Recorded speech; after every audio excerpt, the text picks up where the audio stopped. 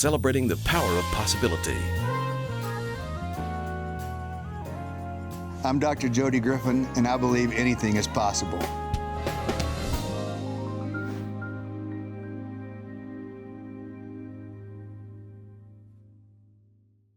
Dr. Jody Griffin is my guest. It's part 2 of our interview on Anything is Possible. Thanks for being here today.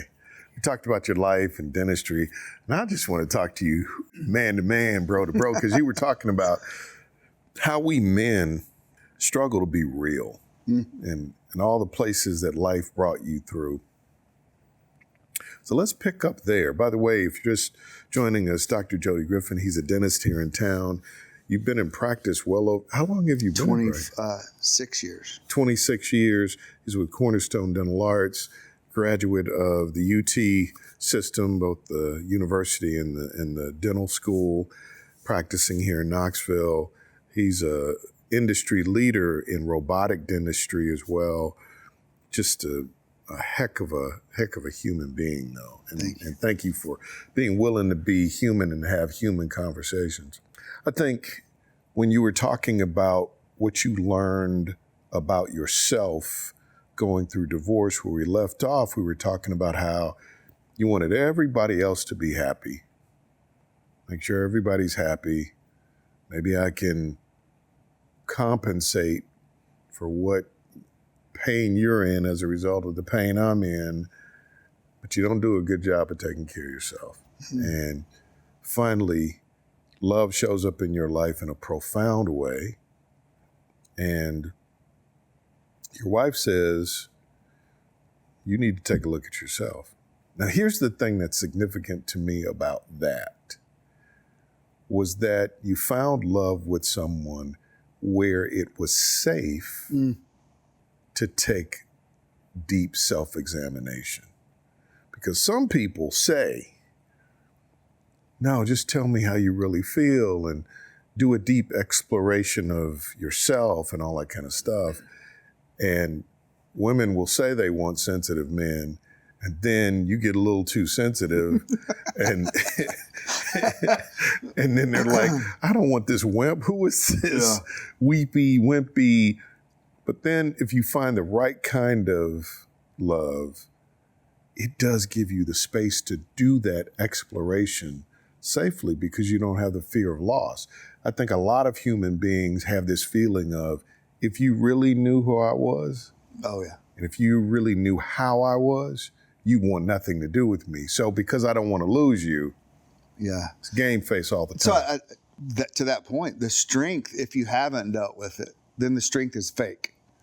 It's posturing because I'm really not strong, and that's what she really helped me realize, was that until I dealt with the underlying stuff, it was all a facade, really. And I was faking myself. I mean, it wasn't just for everybody else. I really wasn't getting better. I really couldn't lead and couldn't be what I needed to be because I was still shoving it all down inside, right?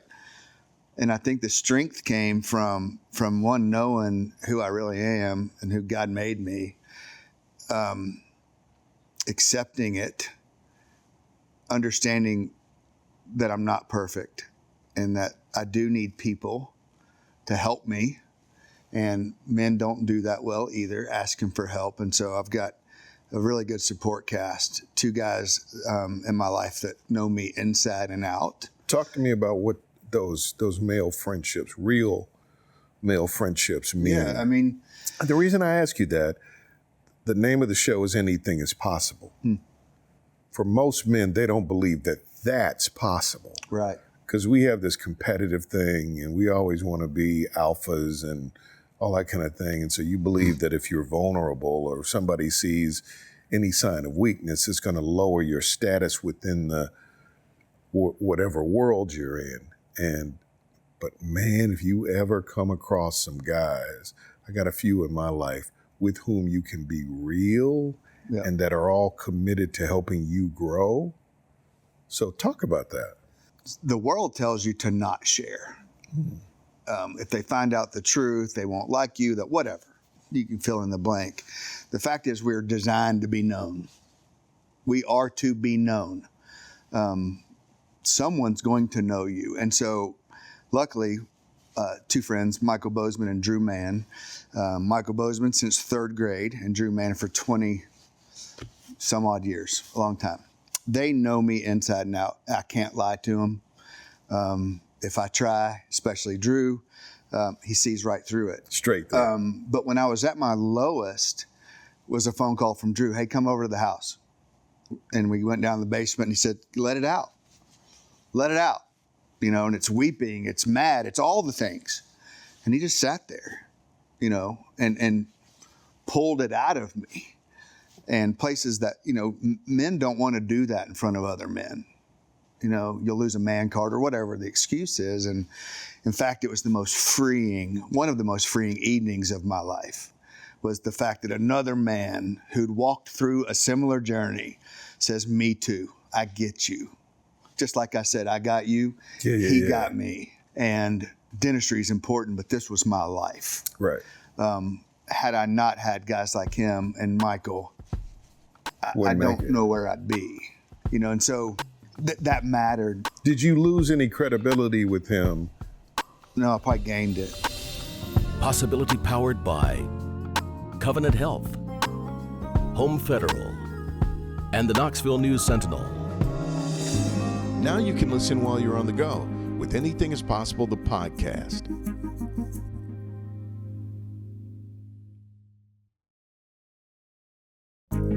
So every time I come to your practice to have dental work, one of the things that you do is you take a look at my teeth, right? You want to see what's going on up top. You want to see what's happening around the gum line. And then you take x-rays.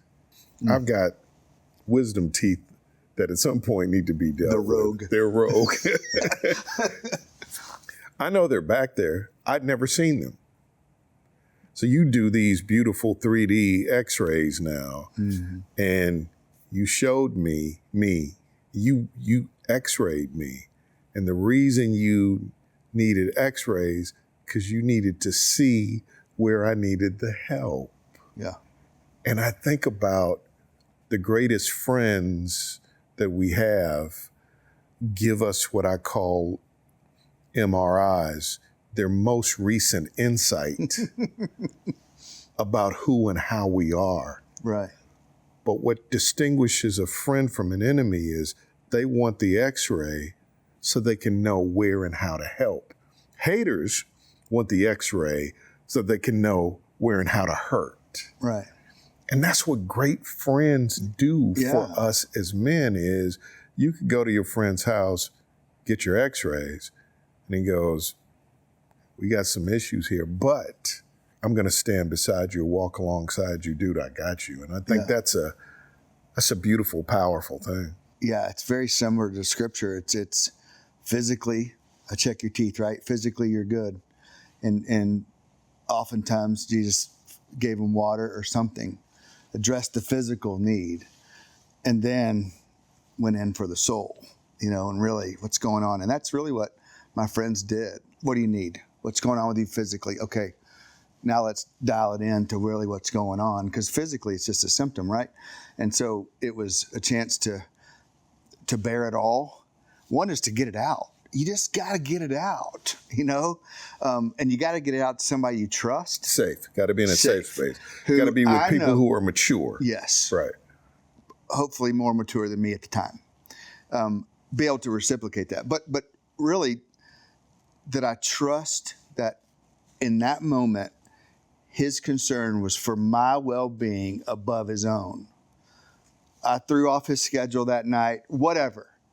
And he was willing to put his life on hold for me. That matters. We don't do that anymore. We come home, garage door goes up, garage door goes down, we go inside, we don't talk to anybody anymore, hardly. We do this. But this was closer than we are right now in his basement, the two of us, and his cat. And then being real. And there's so much freedom in that. So what has life taught you? What have you learned? We're sitting here today. Man, we both have gray. When we met, we had much more hair. It's We didn't Arctic have all this blonde for gray. white dudes. I don't know what you call it, but it's Arctic sorry. blonde. Yeah, Arctic blonde. Sorry. Life's taught me again, where you are, be there. So be present. I'm terrible at being distracted. Lindsay would attest to that. Like I can just, and so I'm really trying to be there. Kids are, moving on fast. My practice is busy and going, but really stopping and listening to people and trying to really pay attention to what's going on with those folks that are around me and really being intentional, kind of while Smiles for Recovery has started, just really taking care of folks. And then there's always hope. I think we don't emphasize that enough. Let's talk about Smiles for Recovery. Sure. Tell me about it. It's a 501c3, started on almost on a dare, honestly. Dr. Aaron Pryor in Nashville, and a guy named Justin Lowry who sells implants or did. We were talking about training dentists to do what we need to do, and Justin's in recovery, and I've got some dear friends that are in the recovery community. So there's a huge need there. Patients get, or folks, people, not patients, people get started getting their life back together, and dentally, it really holds them up. It can be the presence, the pain, there's all sorts of different issues. It goes back to restoring creation, like we talked about, and being a part of that. But so we just created this entity that is twofold. One, it's training dentists how to do implant surgery on patients who need it, who are in the recovery community.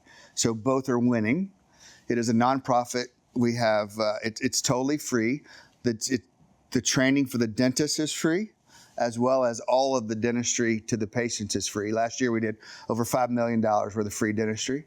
Wow. Trained about over 100 different dentists how to do what we do, and it's spreading like wildfire. I was in front of people in Arizona that are Reach United. It's a 501c3 about the opioid abatement and getting the money in the right hands, this, that, and the other. But really it's to give a hand up to people who have been really stigmatized and put into a box because they were a junkie or an addict or whatever.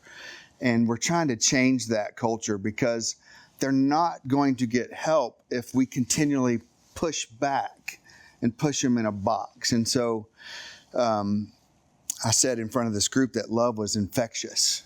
Mm-hmm. And when we left that meeting, they want Smiles for Recovery to be in 23 states by the end of next year. And I said, well, it'll be a God thing because I don't know how that's going to happen. But really, that's what Smiles for Recovery is. It's taking the craft that I learned and love and be able to teach it to those who don't know how to do it and to serve folks that need it and that want it, and it's life-giving.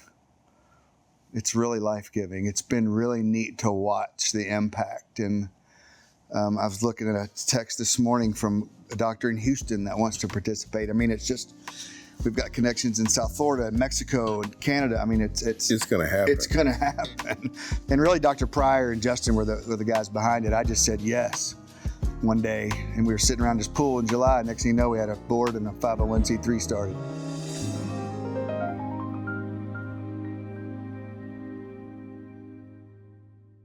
Now, take us with you with Anything is Possible, the podcast. Stream new episodes weekly wherever you get your podcasts.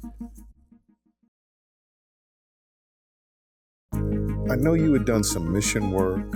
I know you have great love for all of your children, but you have a special child as well. And I saw your heart open up, and you kept thinking about always how you could serve more and do more mission work, this heart for mission. We had a number of conversations, so to kind of see this come full circle. But I also think part of that is you remember what it felt like to hurt. Yeah, it's twofold. I mean, our youngest daughter's special needs daughter we adopted inside the States. It was, and so a lot of my mission trips are outside of the country, which is great. Great experiences. My family got to experience it. I love Dominican Republic, but there's a huge need right here in our backyard. And so to be able to take the mission field and to put it on Town and Country, circle instead of in Dominican was something I definitely wanted to do. Just wasn't sure how to do it. And Knoxville said yes. And so it's become really a lot of support behind it. But yeah, the pain of, I know what it's like to have a toothache, you know, and I'm fortunate that I don't know what it's like to not have teeth, but I can imagine, and I tell people all the time, imagine this morning when you were brushing your teeth and you looked and there wasn't anything there, or it was all black. How does that make you feel? It makes you rehash the poor decisions you made. You know, and if you were getting drugs off the street, that's where your relief is, right? To go back to the street. And so what we learned was when we can take somebody who's in recovery, who's at least a year sober, and if we can get them out of dental pain and get their aesthetics back, their self-esteem comes back.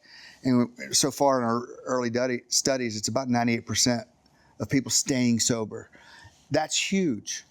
That has economic consequences to our hospitals. It has, you know, the burden that it's put in a lot of places. So it's again, when you restore creation the way God intended it, lots of other things fall in line. I think if you didn't only remember what it's like to have a toothache, but if you didn't also remember what it's like to have a heartache, right? Yeah. I'm not sure that I don't know if you could be walking in your purpose as you are now, right? Yeah. This isn't lake houses and, you know, sea ray boats and, you know, this is not that anymore. Mm-mm.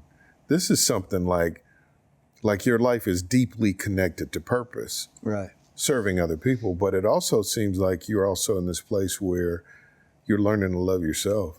Yeah. I'm the way God created me, and I'm a lot of fun. I'm decently smart. I'm pretty gifted with my hands, and that sounds like boasting. But was there a time in your life where you weren't okay acknowledging that? Absolutely. I was too. Yeah. People, oh, you're smart. And, you know, no. This is a true story. When I graduated dental school, I left early. I finished early. I was going back, and I ran in to go to the ceremony, and they said, hey, go get your honors. It was a separate thing you wore. And I was like, that's pretty funny. And they're like, no, you made honors. And I just never... that wasn't my thing. And then it was almost embarrassing. And when, you know, people ask about accolades and things, I was really not ashamed, because you strive to get them. And then once you get them, it's like, yeah, but I don't want to talk about it because it makes me sound like I'm arrogant. And finally it was the release of, man, you're good at what you do. Go use it, right? That's what God gifted me to be. You know, and I've actually learned that from you. It's such a great orator, the way you tell stories and things. And instead of fighting it and going to plastic surgery school, you're doing exactly what God made you to do. Two things come to my mind as we wrap. I couldn't afford a bike. We couldn't afford really nice bikes when I was growing up. And finally, my dad, I don't know how he did it, but he got me the bike. It was a Schwinn fastback 5-speed, banana seat, high-rise handlebars with the gear shift knob in the middle. We would clothespin playing cards against the spokes so you can make the motorcycle sound.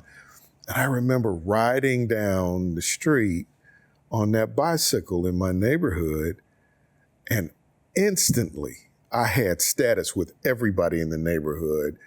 And I remember looking back, and my dad was standing on the porch watching me ride the gift that he had given me. And it was giving him so much pleasure to know that he had given me such a great gift. And I was being rewarded for something he had given me. And I'd never thought about the fact that when we use the gifts that God has given us, it brings him pleasure, right? Yeah. For giving it to us. And I was like, wait a minute. Maybe I don't need to be ashamed. And then I was in the parking lot. I was going somewhere to speak, and I was nervous about how I was going to be received and perceived. And I'm talking to this guy that I know in the speaking industry, and he said, what if it's not about you? He said that it seems like where you're going, you think that's about you. And he said, what if it's for them? I said, what do you mean? He said, what's the thing that your mother makes better than anybody else? And I said, my mother's banana pudding is just bananas, right? And so he said, tell me about it. And I described it. And I said, and when you were serving that banana pudding to people who hadn't had it before, based on what your, mother's track record was, how did you serve it? And I'm like, you got to taste this. This is good. Now, you wait, Doc, you wait until you taste this banana pudding because it was made especially for you. He said, well, what if in all your preparation, you were making something really good for somebody else? And the reason you have confidence and swagger is you wait until I get this implant. You wait until I figure out a way to fix your smile and add value. Now, me being really good at being a dentist or me being really good at whatever I'm doing, it's connected to purpose. And the swag has nothing to do with it defining me for who I am. Right. It's what I'm using to help add value and bring light in your world. And I think once that light goes off inside of you, that light turns on inside of you. Yes. And you can kind of go, no, I'm pretty cool, dude. I'm all right. Because what I have, the gift that I have, somebody else gave it to me and it's going to bring somebody else pleasure. Does that make sense? Absolutely. The guy that trained me to give, Duke Heller, is a dentist. He's 85 now. That's exactly what he told me. You've been given a gift. Now go give it. Yeah. Go give it away. And I think the older and grayer I get, the more I get to impart knowledge, training folks, and then also helping folks that the society won't. And so it's purpose. I love it. It changes my day. I'm Haller and Hilton Hill, and I approve this smile, right? That's right. Dr. Jody Griffin, thank you for being here today. Thank you for having me. It's been a pleasure.